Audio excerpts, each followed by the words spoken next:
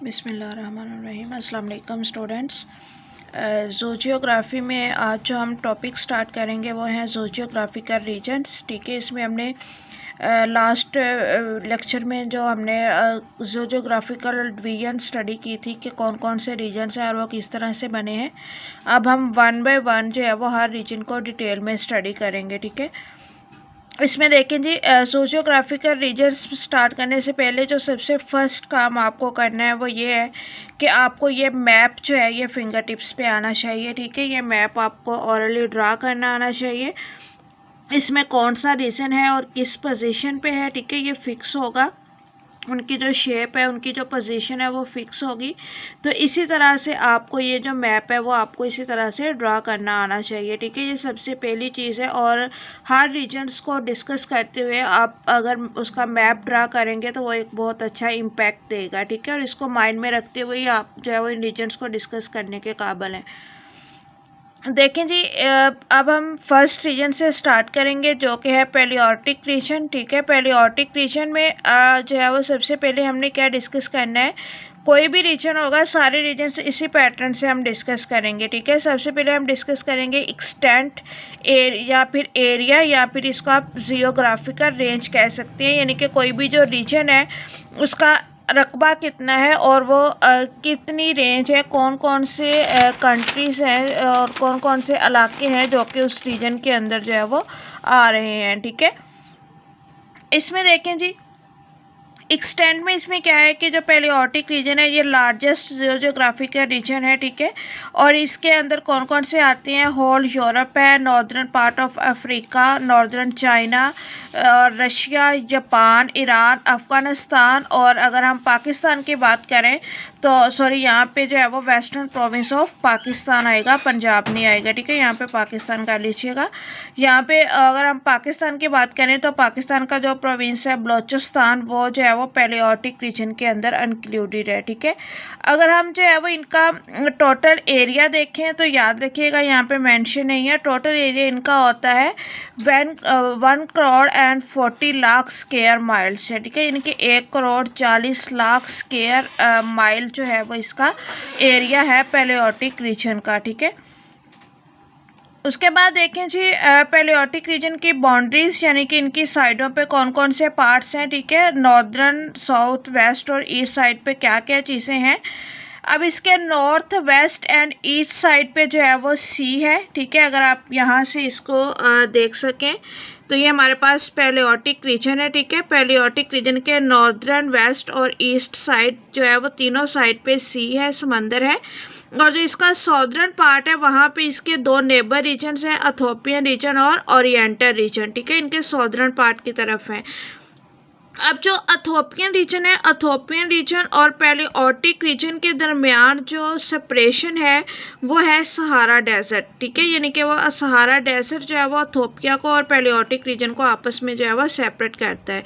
इसी तरह oriental reason और पैलियोटिक रीजन के दरमियान जो सेपरेशन है वो है हिमालय माउंटेन्स। हिमालय माउंटेन्स की वजह से पैलियोटिक रीजन जो है वो ओरिएंटल रीजन से सेपरेट हो रहा है। ठीक है, नेक्स्ट चीज़ हम डिस्कस करेंगे जी फिजिकल फीचर्स इसके, यानी कि इनकी जो है वो लैंड वगैरह कैसी है। इसमें जो है वो वेट फॉरेस्ट लैंड भी है और ड्राई स्टीप लैंड भी है, यानी कि कुछ एरिया ऐसा है यहाँ पे बारिशें होती हैं, मॉइस्चर रहता है, और कुछ एरिया ऐसा भी है जो कि ड्राई एरिया है। ठीक है, इसके अलावा इसके अंदर कॉनिफेरियस फॉरेस्ट की काफ़ी ज़्यादा तादाद होती है। टेम्परेचर जो है वो वाइड रेंज है, यानी कि फ्लक्चुएट करता रहता है, फिक्स नहीं है।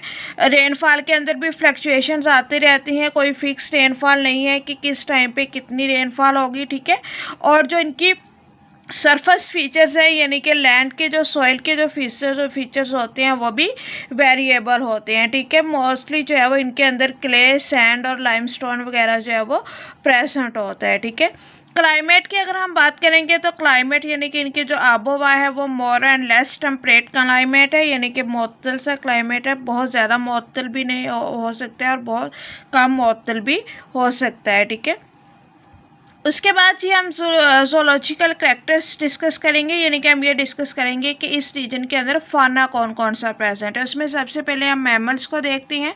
मैमल्स में टोटल जो है वो 28 फैमिलीज जो है वो इनकी प्रेजेंट होती है, ठीक है, लेकिन इनके अंदर कोई भी स्पेक्टेकुलर मैमल्स नहीं होते, ठीक है। स्पेक्टेकुलर मैमल्स ऐसे मैमल्स होते हैं जो कि देखने में बहुत ज़्यादा अट्रैक्टिव होते हैं, बहुत खूबसूरत से होते हैं। तो यहाँ पे जितने भी मैमल्स हैं वो मतलब कि आप ये कह लें कि उनको जो है वो डोमेस्टिकली पाला तो जाता है, लेकिन वो उनके अंदर वो वाली अट्रैक्शन, वो खूबसूरती नहीं होती जो कि अक्सर मैमल्स के अंदर जो है वो होती है, ठीक है। मैमल्स की दो फैमिलीज ऐसी हैं जो कि इस रीजन के साथ यूनिक हैं, ठीक है, यानी कि सिर्फ इस रीजन के अंदर प्रेजेंट है। कौन कौन सी हैं? फर्स्ट है फैमिली स्पेलिसिडाई और दूसरी है सेल्वनिडाई, ठीक है। ये जो स्पेलिसिडाई और सेल्वनिडाई फैमिली है, इनके दोनों की एक एक जीनस होती है।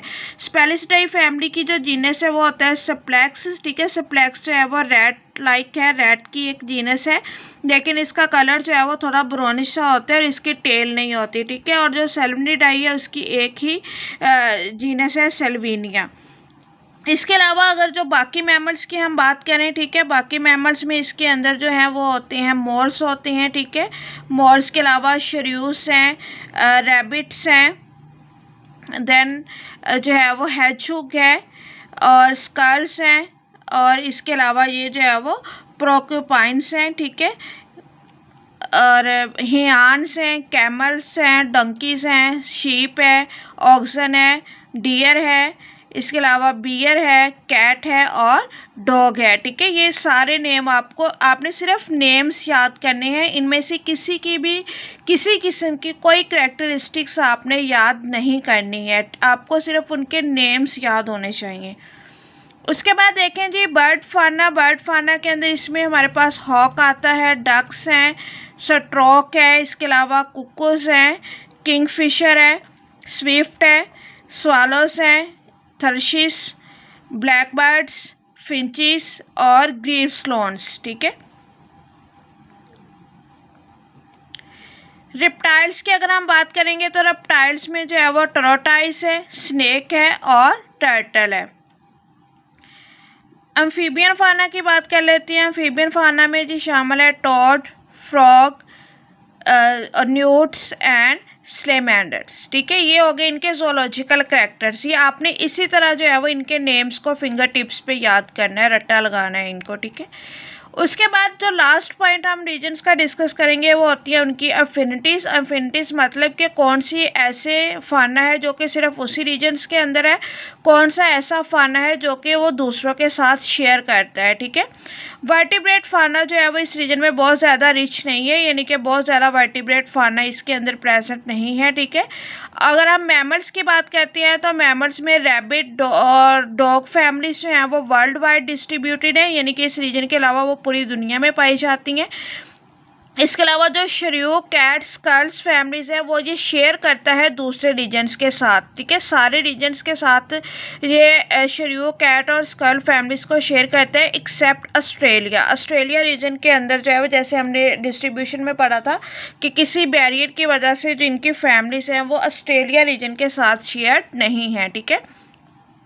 उसके बाद बियर और डियर फैमिली जो है वो शेयर किए जाते हैं नियोटिक रीजन के साथ, ठीक है। ये नियोटिक वर्ड है, यहाँ पे टाइपिंग मिस्टेक है, इसको करेक्ट कर लीजिएगा। नियोटिक रीजन के साथ और नियोट्रॉपिकल रीजन और ओरिएंटल रीजन के साथ। जो कैमल फैमिली है, कैमल फैमिली जो है वो इसी रीजन के अंदर जो है वो इंडेमिक है, यानी कि वो डिसकंटिन्यूस डिस्ट्रीब्यूशन शो कर रही है, ठीक है। इसके अलावा हैजुग्स है, प्रोक्यूपियंस है, हियान्स है, ये जो है इनको शेयर किया जाता है with Ethiopian and oriental region, यानी कि जो इनके नेबर रीजन है, ठीक है। ठीक है स्टूडेंट्स, ये आपका जो है वो फर्स्ट जियोग्राफी का रीजन है, ठीक है। बहुत ज़्यादा पैनिक नहीं होना, ये टफ है, लेकिन अभी आपके पास टाइम है, आप जो है वो इस टाइम को यूटिलाइज़ करें और इसको जो है वो जैसे जैसे लेक्चर्स अपलोड हो रहे हैं वैसे वैसे आप लोग इसको याद करते जाएं, ठीक है। आपने सिर्फ नेम्स याद करने हैं, उनकी करैक्टरिस्टिक्स या उनके बहुत ज़्यादा डिटेल आपने याद नहीं करनी है। तो जितना आपका लेक्चर में है आप लोग उतना ही इसको जो है वो देखेंगे।